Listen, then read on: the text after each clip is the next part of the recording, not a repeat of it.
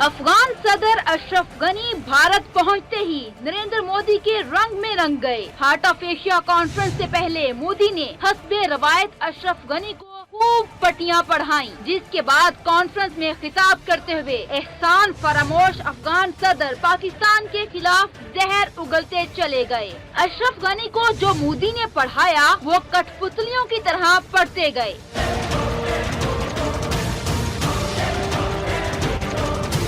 अशरफ गनी ने हर्जा सिराई का मुजाहरा करते हुए पाकिस्तान पर न सिर्फ तालिबान को पनाह देने का इल्जाम आयद किया, बल्कि ये दावा भी कर दिया कि सरकर्दा तालिबान लीडर ने पाकिस्तान की जानिब से मदद मिलने का एतराफ किया।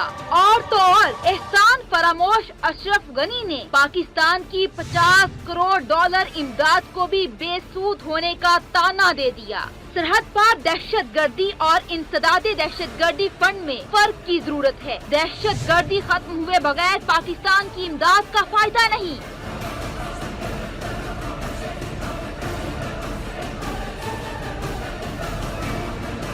अशरफ गनी ने कहा कि हार्ट ऑफ एशिया अफगानिस्तान को दरपेश खतरात के पस मंजर में हो रही है। इंसदादे दहशत गर्दी के लिए खित्ते में मिलकर काम करने की जरूरत है। अफगानिस्तान की सिक्योरिटी के लिए सदर ओबामा और दीगर आलमी रहनुमाओं की अफगान मसले पर तवज्जो के शुक्रगुजार हैं।